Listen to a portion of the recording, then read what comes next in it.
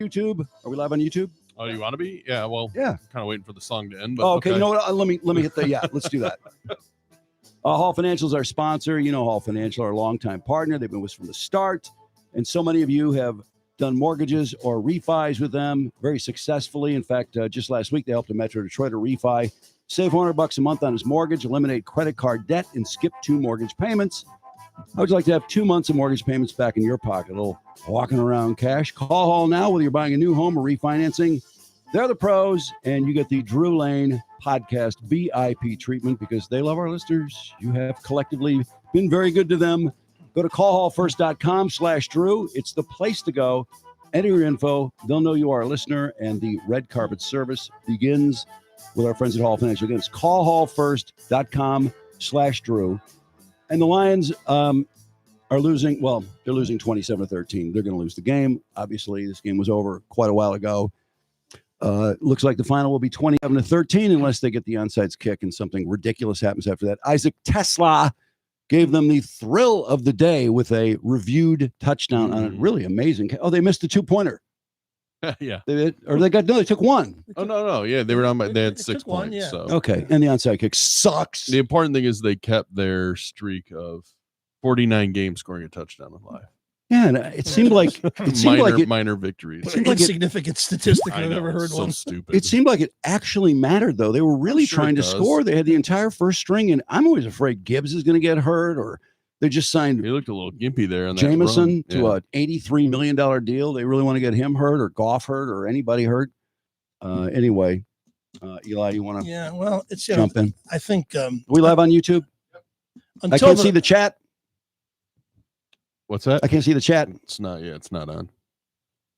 What's not on? That TV's not on. It's not plugged into Roberto's computer. Do much good then, does it? No. Okay, I'll go without the chat. Who cares? Go ahead, Eli. Okay, I wasn't sure if we were still. Yeah, we're recording. All right, we're live. That's a lot of dead air. I apologize for that. Anyway, my buddy just texted me and said, "Can't wait to listen to the Drew pod and Eli's calm, rational, expert analysis." Well, until this last touchdown drive, and all the the glad handers, the ones that want to put a nice spin on it, are going to say they can really build off this final drive. Of course, the drive was really meaningless because they were down 27-6, and at only 182 yards going into this final drive. Although Tesla did make a beautiful catch that was reviewed for the final touchdown, but this is not totally unexpected. Scoring 6 points though, and only getting 182 yards. Considering that's before the final drive, which was empty stats. Last year they averaged 409 yards a game and 33 points a game. So this was a very disappointing start to the season. Not totally unexpected. Green Bay is an outstanding team. They're predicted by many to be even contend, if not win the NFC. I get that, but Eli, we beat them twice last year, and we can't stay on the field with them now. Well, that much has changed somewhere. Yeah, Ben Johnson is cackling and saying, because he was the relentlessly aggressive attack mode guy all the time, and they certainly didn't seem to be in attack mode today. But they've also got a new offensive line. A defense line put no the game was really lost in the first half. They put no pressure on Jordan Love. The Packers were able to build a 17-3 lead, and really it's hard to come back on the road from that. And so they're 0-1, they have some issues. The lack of defensive pressure on the quarterback is embarrassing. It's true.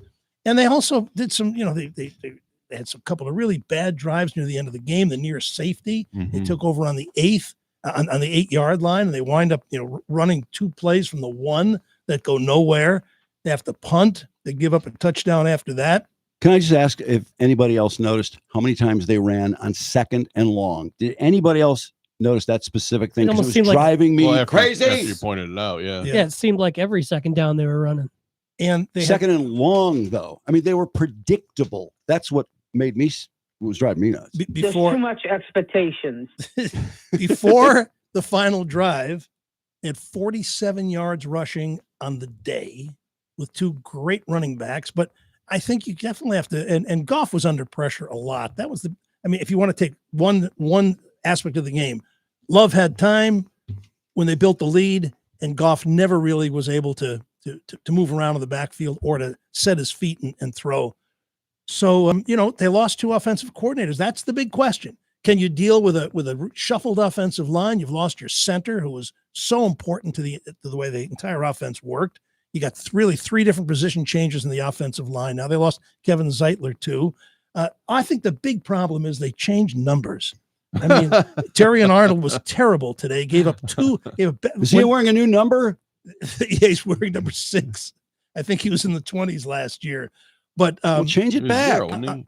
what was he? Was he 0 last Was he 0 last year? Thought so, yeah. No. What? And now he's 6 And now this Gibbs year. is And Gibbs 0. is 0. Yeah, he's 6. And Gibbs sucks with 0, so he got to change back. He gave up a 48-yard pass to Dubs, and then the touchdown to Jaden Reed, the former Spartan, that really put it out of a reach at that point. That was 17-3, and they never got more than 6 points to the very end of the game. I know no one wants to do it, but can we give the Packers some credit? I mean, that's one of the best defenses in the league. Yep. Oh, I thought the Packers are great, but Yeah. were we that far apart overnight? Really? I think so. Yeah. I mean, I guess so. look at Parsons versus Hutch today. Hutch made his return. He did nothing. He Well, we did might as well nothing. cancel the season then if we're that far apart. It's one game. Well, It's it's one one game. No, I mean, Good overreaction. I like that. no, I That's good. said roster-wise, are we that far apart all of a sudden? I mean, did that much change? No, I don't think that much did change. Some things changed. They improved for sure. But why can we, I mean, first of all, our play calling sucked, in my opinion. And when it was as bad as it was, how about some misdirection? How about a trick play or 2 like we used to run? There was no Something, trickeration. anything. Right. It lacked. Jamison Williams get him the ball in a little space, maybe? Is that possible? Right. There was no. I think they did that once. To quote Don King, there was no trickeration at all. And let's face it, Johnson was famous for trick plays, Mhm. things you don't expect to happen. And it was a pretty regularly played game without a lot of creativity on the offense. 0 sacks on Love. That's not good. And like I say, Goff Was he even pressured? I don't remember him under pressure. He was able to stand in the pocket, and it was. You know what? They were really never in the game. No, they weren't. Once it got to 17-3 in the second period, that We had was three it. three drives in a row where we got in the red zone, and then I thought our play calling in the red zone was like, let's get a first down to the 10, and then let's get a touchdown. It's like, what happened to throwing in the end zone? Well, it's only a 15-yard pass. It's like last year when Michigan had no passing attack. To just make an analogy, they had to run all the time. They would run on 2nd and 8 all the time, and that's what the Lions are doing this year, which are so far this year. Anyway, it's one game, 1 out of 17. And it'll be very interesting. Their next game is against the Bears, and the Bears play the Vikings Monday night, and that's going to be very interesting. J.J. McCarthy making his debut, I guess you could say. He never did play in the regular season last year. And you got Ben Johnson as their new coach, and he's kind of a character and very confident, and it'll be interesting. And then they go to Chicago next week. So I think you have to wait at least another couple of weeks before you make any long-term prognostications. I want to panic now. This is the Overreaction Show. Damn it! I'm trying to desperately to be stunk. rational. They did. Isaac Tesla's catch was such a bright spot for the Lions. Something they can build on for next week. Is that what people say at a time like this? But they averaged 33 points a game last year, so you can't help but saying, even though it's the first game, it's such a departure from what we saw last year that it's a bit shocking. And I can understand why Lion fans will overreact, which they would. There will be some major overreacting. Yeah. I got to tell you though, the offensive line, if the offensive line is that discombobulated, and those are big changes, but the offensive line has been our strength for years now. And if the offensive line can't get it cut, that reduces Goff's his effectiveness goes down to almost zero without blocking. Plus, they were so creative with their running plays last year, as well as the passing plays. And Gibbs and Montgomery were put in great positions where they shocked the defense, and it was pretty much straightforward today. And I guess you got to say that John Morton is not Ben Johnson, but we'll see if it's just one. And I don't want to jump to conclusions. It's interesting you joke about Tesla and what he did at the end of the game, but it's like, something to build on. Why wasn't he in the game earlier? That's a good question. How many snaps did he get? I didn't see him in the game. I think they just put him in at the end. Yeah. And I mean, how many targets did St. Brown have? It wasn't much of a passing attack at all, but it was the only part of the game that really worked.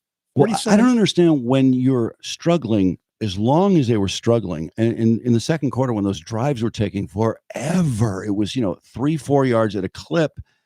I mean, you've got to get downfield at some point or do something to open up some space for a Jameson Williams or a Gibbs. And it just looked like all the running plays were up the middle, up the middle, up the middle. It just seemed dreadfully vanilla. Yeah. Which I'm just so not used to seeing the Lions play that way. No, it's not at all. I would like to know what the game plan was. What was the game plan? To just dink and dunk all day and eat up the clock? Yeah, well, you do what you think your personnel can do, I guess. And I didn't know we were that compromised. I guess I just didn't know that. Maybe Goff didn't have time to let receivers get downfield, but it's very unimpressive. Not what you wanted to see, especially building off last year. This was kind of feared, like I say, with the new coaching staff, with the new offensive line. No real rookies to come in. Remember when they were drafted and the season went open, Laporta and Gibbs and Campbell. They were all doing amazing things. It was like a giant transfer portal came in and just kicked ass. And that wasn't this.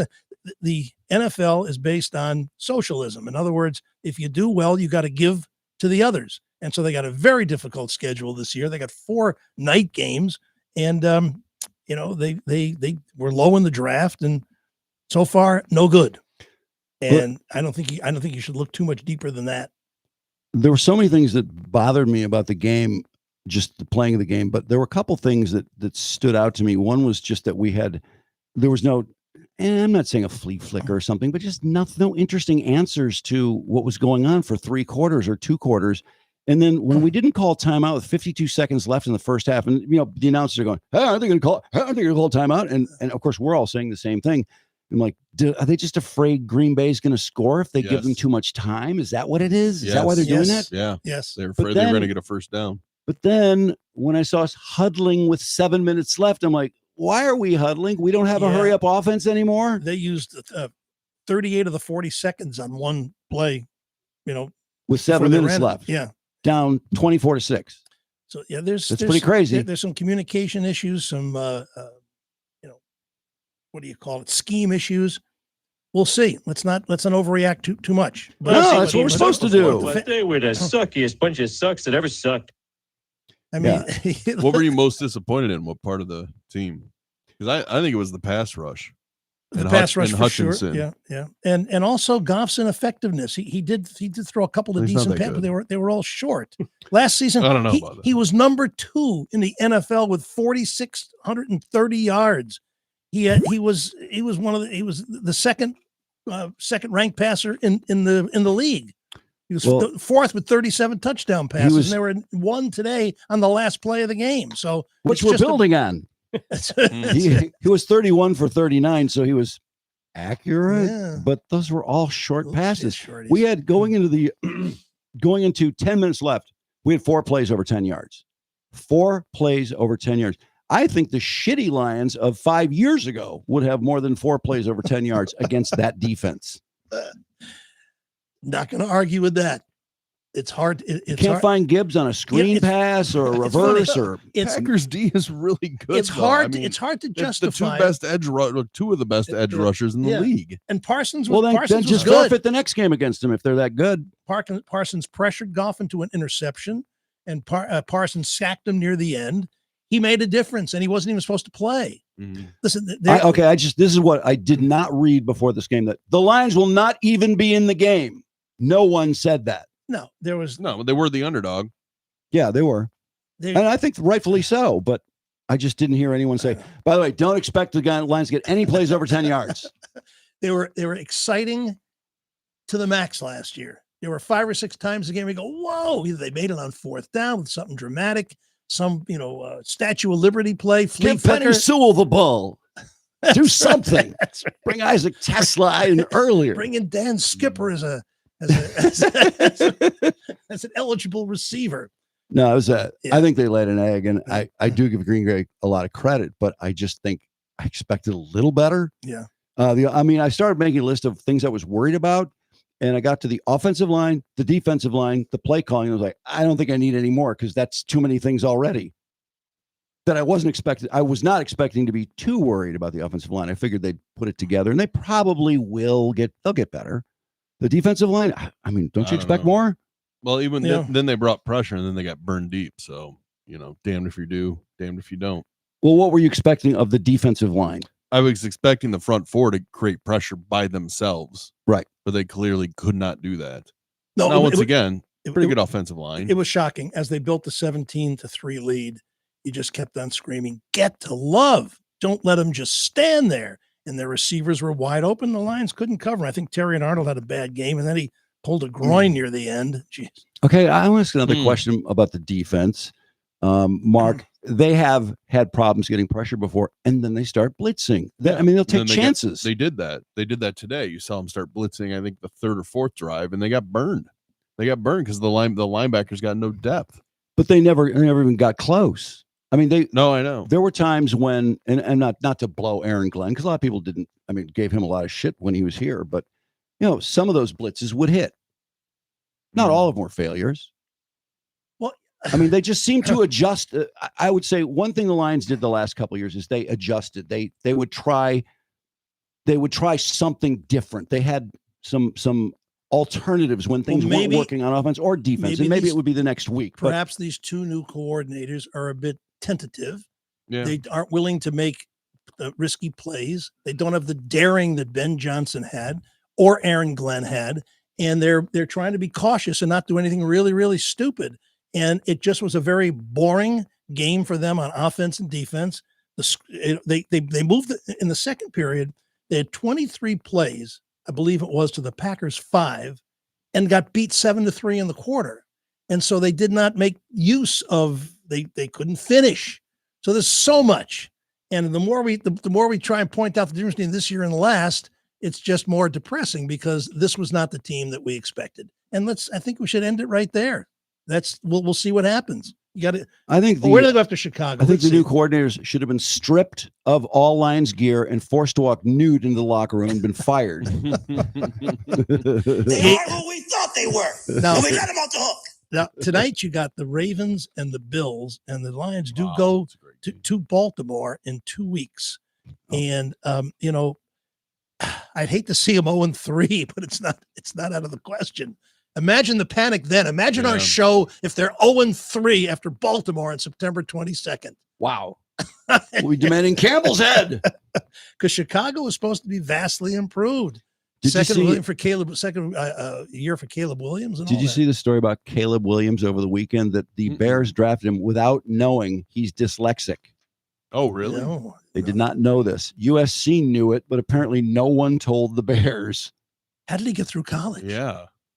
They said Tutors. they dumbed down their plays for him. I don't know. I mean, it seems like a pretty big deal. That? How could you not know That's that? what the story said. They take the test. They take the Wonderlic test. They take. And they do the interviews with them where they have them draw plays and repeat plays back. Well, maybe he's like one of the great musicians that don't know how to read music. They just know how to play. Well, Paul McCartney doesn't read music, does he? No. We heard before the season that Ben Johnson was really unhappy with Williams. Yeah. Well, he is very unhappy. Yeah. I mean, the word is he's just had a really bad practices in preseason, too. Yeah. But none of that means anything. Okay, so the Bears are next week? Yeah. Well, in here? Yes. Okay. Yes. And right. We'll need to rock the house and get behind this team at a difficult time. and build off that final drive and play. So get Isaac Tesla on the field sooner. I think they gave him that touchdown just to lift the Lions a little bit and give him something to carry it the next week. It was a hell of a catch. Yeah, that was a hell of a catch. Now, while I'm watching the Tigers this afternoon, which is another story I'll get to in a moment, did you happen to see any of the Steelers? Jets game. Yeah, sure. The quarterback switched where Fields, who was with Pittsburgh. Aaron Rodgers looked good. He looked great. Really, really good. 4 touchdown passes. He's still got something left. And I found myself, I grew up as a Jets fan. I found myself rooting for Rodgers. Is it okay to say that I actually kind of like Aaron Rodgers? I kind of like him. Sometimes I don't like him. I don't always like him, but I got to say, the interview after the game he gave, did you guys see that? See no. that. Oh, he was quite full of himself. Was he? Yeah, his mojo is back. All it took was 34 one game. 34-32. Very, very exciting. And did the Steelers make a long field goal to win that? Was that 60 yards, and Wow. it cleared Yeah. by a By ton. a That's lot, right. yeah. Winning field goal. So it's got, because they have the field goal line out there, and they're 4 yards behind or 5 yards behind the field goal line.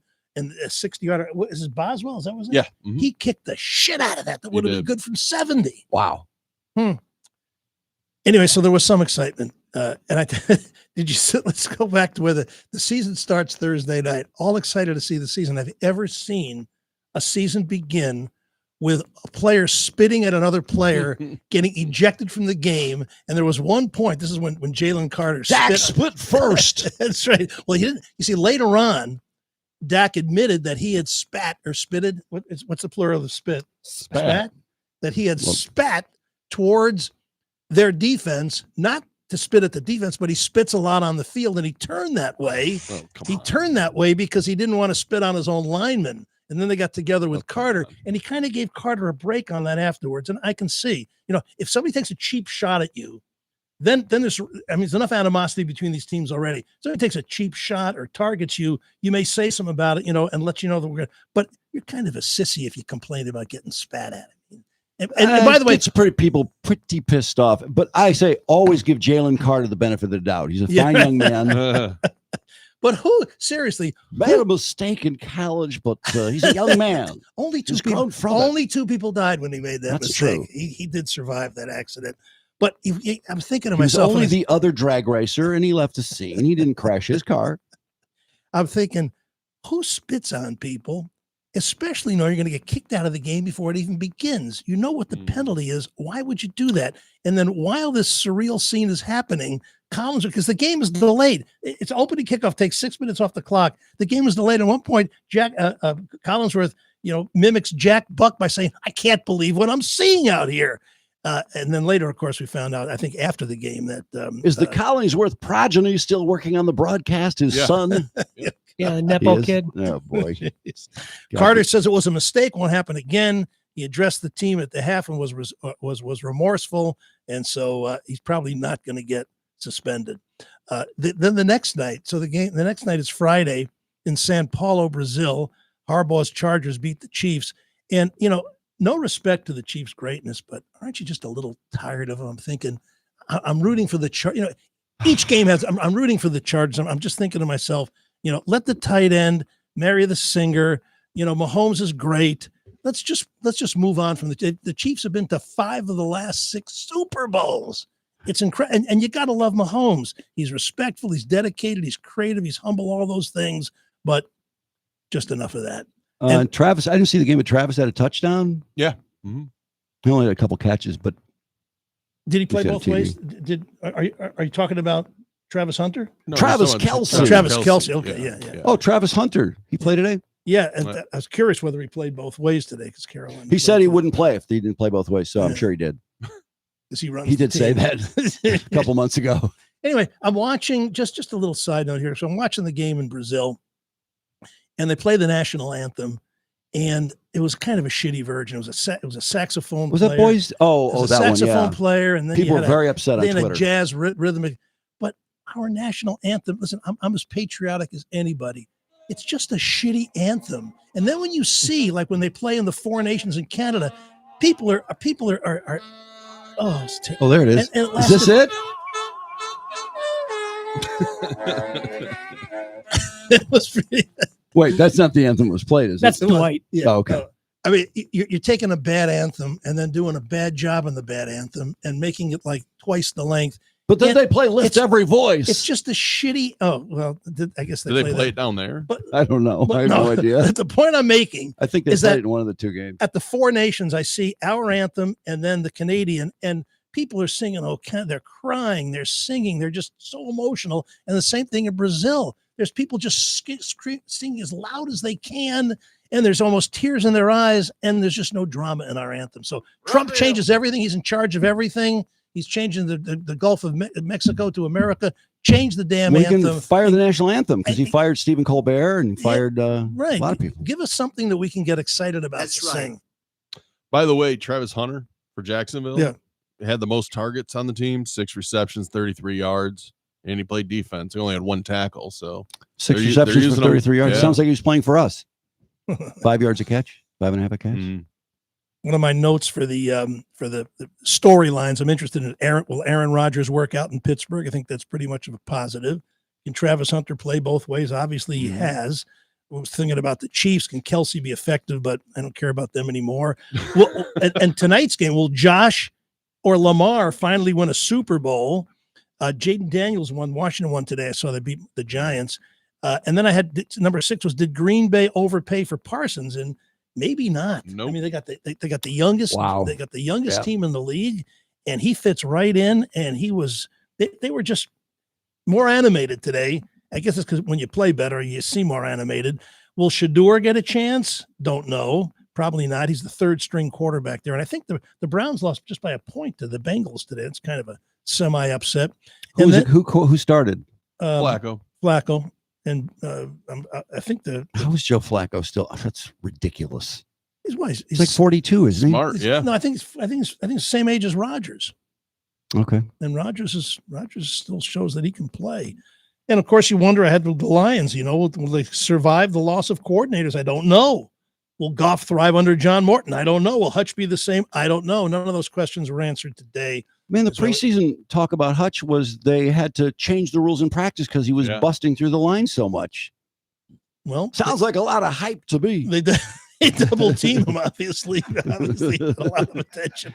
Are you going to get to the Michigan game? Let's get to the Michigan game. All right. Can I say something about the Michigan game before you start?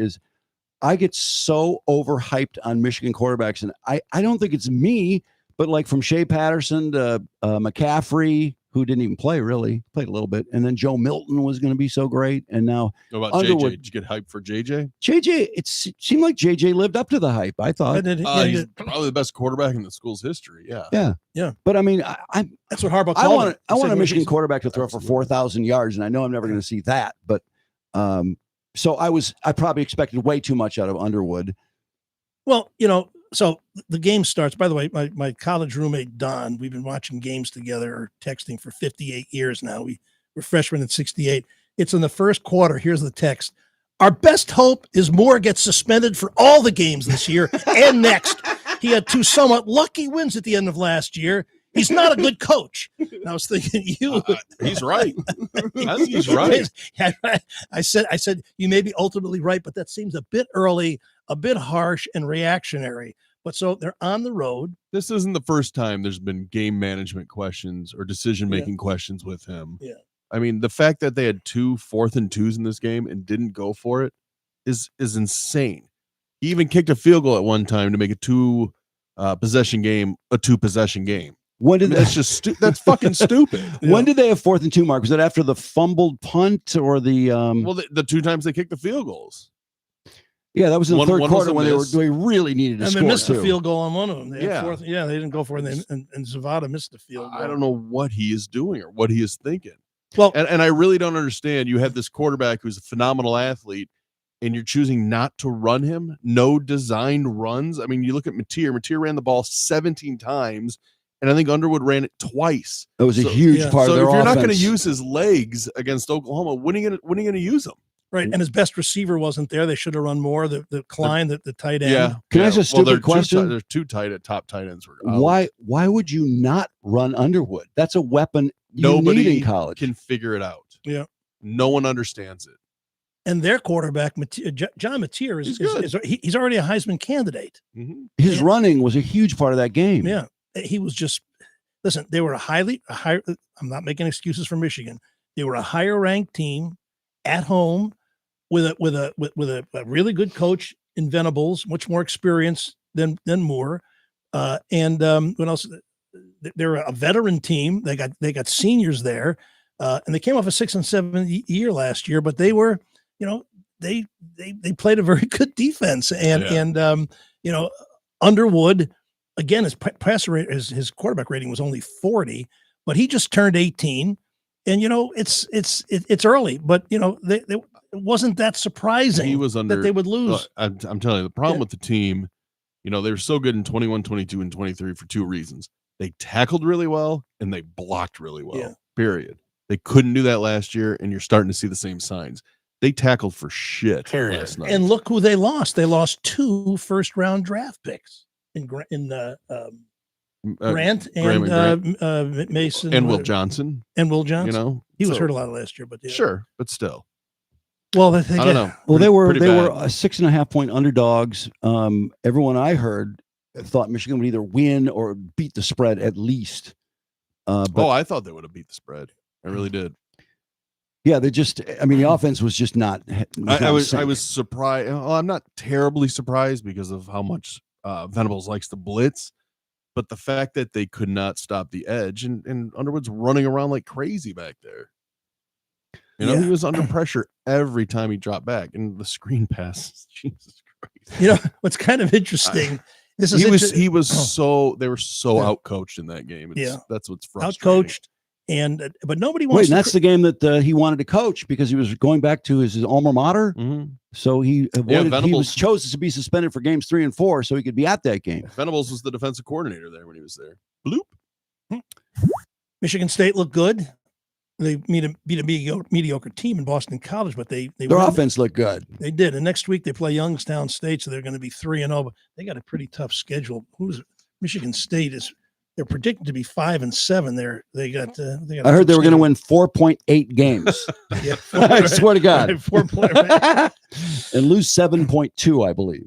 So last week, Mark said something very interesting about gambling, and you said, which, by the way, you cannot do that in the state of Oklahoma. Yeah. What? No gambling in Oklahoma. There's no FanDuel in Oklahoma. Which I sat there and wondered. I'm like, does that move the spread then? Is because the spread went from Oklahoma favored by 6.5 to 4.5, and I'm like, is that because you have this giant fan base? My gut is that it's too small to really move the line, the fan base in that state. Yeah. But Plus, still, they don't gamble in that no state. gambling there. You have to upload your license if you want to beat off to porn. What? What's the other thing? Oh, no recreational marijuana. It's like, God, you can't do anything in this state. No kidding. Jeez. But you can smoke in the bars. But you can't smoke in the bars. Smoke cigarettes in the bar. We sat down at a table and I'm like, oh my God, there's an ashtray at this table. This is the weirdest thing. And all of that ashtrays all over the place in that bar. Yeah. And then Jamel Holloway, the 1985 quarterback of the Sooners, was holding court in the bar. Really? I didn't know pictures and that. stuff. Yeah. Really? Yeah. Was he making an official appearance? Very nice guy. No.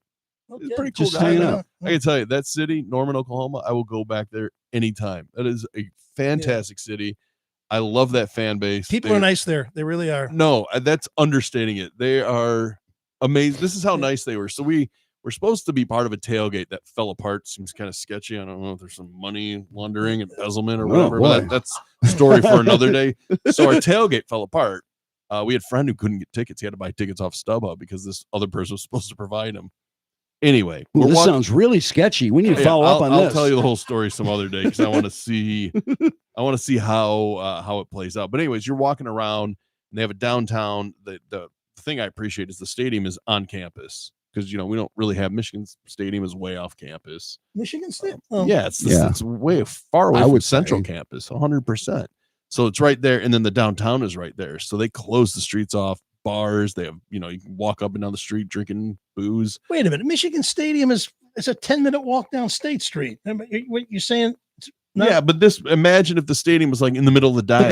Between it. Right, okay. Yeah. So anyway, we're walking, and the guy has a tailgate, and he's inviting Michigan people to come in and just hang out. So we drank all his beer, ate all his food. And then he texted me this morning to make sure I made it home okay. What are you, my mom? This is great, though. The people there were so awesome. Even after the game, they're coming up and thanking us for coming. Wow. And I'm like, God, I wonder Did you invite him to our tailgate? I did. Well, the one guy did. The one guy whose beer and food we ate. So yeah, we've had some opponents, fan bases at the tailgate. I gotta tell you, it isn't like Philadelphia or a place like that where if you wear the opposing uniform, you get pelted with shit. And there were a lot of people with Michigan stuff on in the stands and on the TV broadcast. It looked like there were a lot of Michigan people.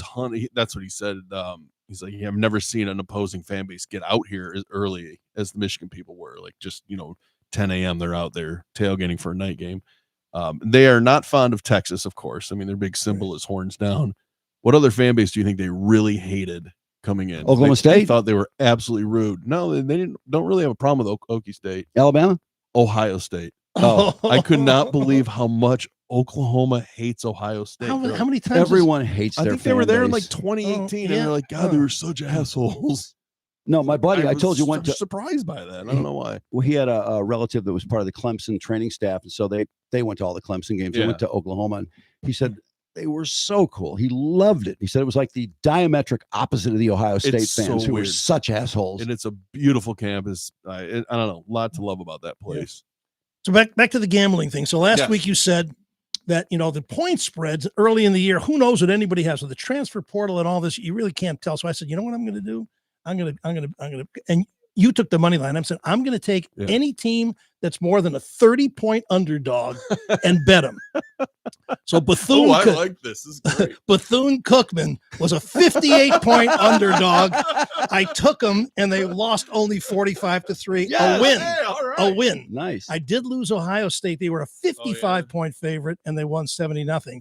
But Austin Peay versus Georgia was a 48.5-point underdog. They only lost 28-6, so I'm up 2-1. Nice. Interestingly enough, Kent State at Texas Tech, they were a 48-point underdog, and they lost 62-14. It was a push. Wow. So you're 2-1-1? 2-1-1. East Texas at East Texas A&M at Florida State was a 44.5-point underdog. They won.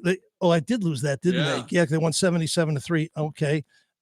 But South Carolina State at South Carolina was a 42-point underdog. They won. I won that 38-10. FIU, Florida International, Penn State was a 42-point underdog. Only lost 34-0. Let's see. Louisiana. You're 4-2-1. Yeah. Louisiana Tech at number 3. LSU were a 37.5-point underdog. Only lost 23-7. San Jose State at number 7, Texas, was a 37-point underdog. Only lost 38-7. Beat that one. But then I lost Kennesaw State at 23. Indiana was a 36-point underdog and lost 56-9. And this one came out really bad. I should have known that Alabama was not going to get their asses kicked again. So at University of Louisiana at Monroe lost 73-0 as a 36-point underdog. And finally, I won Troy. I won Troy at Clemson. They were a 33-point underdog, and they won. They only lost by 27-16. So I made $100. I bet 200 made 100. Sweet. All right. I don't know if it'll work again though. So anyway, and I didn't bet North Carolina at Charlotte. And that game. So this is compare Belichick's first game to his second.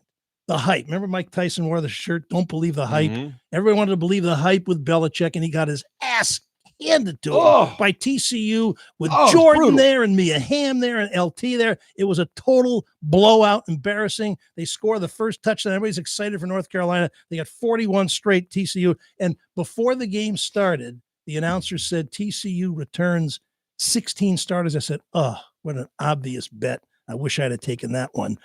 Anyway, they did win they did win. Was it 20-3 or something? They won 20-3. They were 14-point favorites. It was on ESPN Plus with about 20,000 people in the stands. But Belichick's press conference though, like you won't allow Patriot scouts to be around the program. Why would Patriot scouts be around his program? Because all NFL scouts come there, but he's signaling them out. Well, that just hurts the players. Exactly. Right, exactly. It's so incredibly petty. It's probably Jordan doesn't like them. Jordan Hudson doesn't like them. Not Michael. And now we get to our Detroit Tigers, who have lost 9 of their last 13, lost 2 out of 3 to Chicago. 9 out of 13 is really nice. Yes, wow, they've lost 9 of their last 13. Maz must be pumped. Yeah, Maz must be It might be too late for him. Watching Friday night, the Sox win their and here this is interesting about the White Sox. They've played 17 straight days. They had played 14 straight days before they came here Friday. They were in Minnesota for a 3.5-hour game the night before, get to the hotel in Detroit at 5 a.m. and beat the Tigers and Jack Flaherty, who was a big concern. They chased Flaherty in the 5th after a double, a walk, and a hit by pitch. His ERA is 4.85. I figured it out. The Tigers are 8-20 in the 28 games that Flaherty has started. Wow. And sometime this week, I didn't hear it, but a buddy of mine heard AJ Hinch on the morning show on the ticket, and they said, who's your number 2 starter come the playoffs? And Hinch got all a little huffy, like, who do you think it should be? And, I got time, basically I have time to work all of that out. It's and it looks Not like that much. and Charlie Morton got hit around today. Today was pitching chaos again. Charlie Morton, they take him out after 3 runs in 3 innings. And I tell you, Tommy Canley, he gave up the winning runs later on. Just only got 2 outs and gave up 3 hits and a walk. His changeup doesn't sink anymore. No, And it doesn't get down to the bottom rail, as they say. I gotta say, last year at this time we had 2 starters or 3 starters. I can't remember which. I felt better about what we were going to do every game with our pitching staff than I do this year. Well, look what happened this year. Jackson Jobe out for the year. Reese Olson was a number 3 starter, hurt. Keter Montero was supposed to build on his rookie year, down to the minor leagues. They thought Kenta Maeda might be able to be resurrected, had to cut him outright. And they're the worst free agent signing. Actually, the 2 of them, Flaherty was a bet. There's a reason why no teams came after Flaherty. The Tigers were the only one that gave him $25 million, and Alex Cobb, $15 million, hasn't thrown a pitch yet. So those 2 are greatly disappointing. I thought Alex Cobb was pitching in AAA like 2 weeks ago. Then he hurt his other hip. He had his right hip, then he hurt his left hip. Just shoot him. And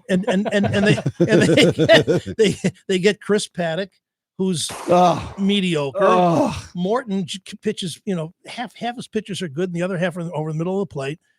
Hinch has used 35 pitchers this year, and he is still experimenting. That is insane. And they're 20 games above 500. I know. What the? I know. It's crazy. I think all these teams are really flawed. How can you do this well with this flawed a team? But they're doing something. Parker's back. Parker Meadows is back. Yeah. Hit a home run Friday night.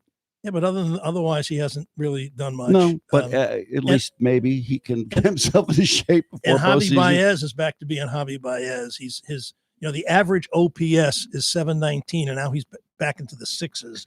So that offense seems is struggling to be a bit done. Guys, I went to the game Saturday night. First of all, Scooble was brilliant. Just pitched a fantastic game. There were so many deep hit balls that could not get out of there. Riley Green hit a ball, I swear, it was guy caught at the 412, and it was as high as it was deep. When that ball left his bat, it's like, there's no way this park can contain that ball. And somehow it landed in front of the fence. And there were a bunch of other ones too. That park is it's not good for power hitters. So the starting pitching is nobody you can count on after Scooble. Mize had a good game. He did have a good game, but he has been very up and down. His ERA is sort. He was in the low 2s. Now he's in almost at 4 a game. Is he like 13-5 though somehow? Yeah, I think his record's pretty good. Before this last game where he pitched 4 or 5 good innings, he had given up 17 runs in his last 27 innings. I looked at that as he was going in. And their ace reliever, a very great pickup in the at the deadline, Kyle Finnegan, has some adductor issue, and he's out for 15 days. My God, how soft are these pitchers? They're always hurt. Jesus Christ. And Troy Melton, walks too many people. He throws 98, but he walked a bunch today. Will Vest comes in, bases loaded, throws him right down the middle, and that was a 2-run single that lost the game. They lost 2 out of 3 to Chicago. But, like you say, Toronto 82 wins, Tigers 82 wins, and Houston lost today, so they're still 4 up to at least get a bye in the playoffs, to have a chance to kind of resurrect this pitching staff a little bit. And so I don't think we talked about it, but the good article in the Free Press on Benetti, very, very positive. And what's interesting is I'm watching Dan Dickerson. So Benetti, he does a college football game and the game of the week. So twice this week he does other entities. No, these aren't important games. But I only going to the postseason. I see. Dan Dickerson filling in. I'm saying, Dan's great, by the way. Yeah, I love Dan. He took over for Ernie Harwell in 2002. And I'm thinking everybody else has been kind of transitory. Frank Beckman didn't last long. Larry Sorensen, Shep, Impemba, Rod Allen. Nobody's even Gibby that couldn't sustain because Benetti got him fired. But there's no K-Lines and Kells and Ernie's. But Dan Dickerson, 23 years now, is that guy that people really like. He's been around a long time. And as Ernie said in an interview he did with me, I think when he got fired and then came back, he said, the reason people love me so much is only because I show up every day for 32 years. And that's what Dickerson done. He showed up every day. He doesn't like TV, though. Well, but he's getting into it a little bit. I hope so. He's great. A couple other things. Caitlin Clark out for the season. There goes Oh, no. the WNBA. And Angel Reese got suspended. I know. This is the first women's league that has been ever taken semi-seriously. And Reese, she gives an interview to the Chicago Tribune. That was the truth. But you got to learn you can't tell the truth as an athlete all the time. No, women athletes can say anything. It's like, yay, go girl. What'd she say? I don't even know. She ripped the direction of the franchise. They needed to bring in better players, but there wasn't much that would attract free agents to Chicago, and said she would look elsewhere if things didn't change. And so they suspend her. Now it is a horseshit franchise. They're 10-31. Mia and Candace She also Parker, has 8 technical fouls, so she has a suspension with that too. That's right. Yeah. She knocked walking off the court. She knocked the clipboard out of the assistant coach's hand for no reason, and she didn't get in trouble for that. She was suspended. She can't make a layup either. She was suspended for too many technicals, so they couldn't suspend her for the next game. They got suspended for the game after that when she isn't already suspended for doing something else. Oh, God. It's funny though. We talk about Jason Whitlock from time to time. I was going to run it a few weeks ago. He did this rave a few weeks ago when Angel Reese was out, and he accused her of just sitting out the season. That she's so pissed off, she's not going to come back. She's kind of abandoned the team, but she did come back. Speaking of women, Brandon, you put it on your list of videos today. Oh, we'll get to that one in a little bit here. Oh, okay. The babe in. You want to save it? Yeah, we're gonna roll with that later. Okay, good. We'll do that later. But what a bitch! What a bitch! You can buy the ball stealer. You can buy a ball in the store for $30. What is it about getting a ball in a ball game that makes people go out of their minds? I want one. Well, anybody can buy a ball. You have to go get that ball. The actual ball that was held by a big league player. Anyway, Tyson Mayweather, really? Are you kidding me? Tyson at 59 couldn't lay a glove on Jake Paul, who's basically an amateur.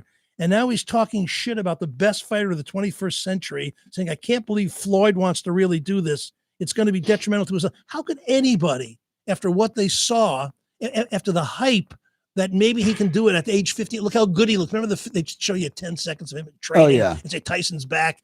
He was still Mike Tyson. He wasn't really Mike Tyson. So we'll see what I can't believe anybody can be lame enough to go see that one. They'll be like Muhammad Ali. Remember when he fought the sumo wrestler? Yeah, right? that was the worst. It was horrible. Something Inoki. It was like 15 rounds of nothing.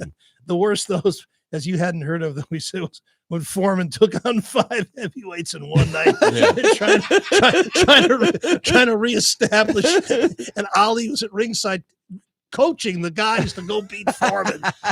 Anyway, all right. Hey, having poor eyesight is a lifelong issue. Glasses and contacts help you see better, but your vision still continues to deteriorate. You'll always need new prescriptions, new lenses, new frames, and new contacts as part of their daily nuisance. But Dr. Yaldo solves all that. And a quick painless procedure, his custom LASIK gives you 20/20 or better, and that's it. Game over. Glasses and contacts go in the trash for good. And if you're 40 plus with near vision issues, as in you can't see the small stuff on your phone without your readers, Dr. Yaldo's bifocal lens implants replace those poorly performing natural lenses. Another quick, painless procedure. And when they put you in the box, decades later, those bifocals will still be giving you 20/20 up close and far away. Do what hundreds of Drew's listeners have done these many years. Get a free evaluation. Let Dr. Yaldo explain what would work best for you. Go to YaldoEyeCenter.com. Hey, get out of here. All right.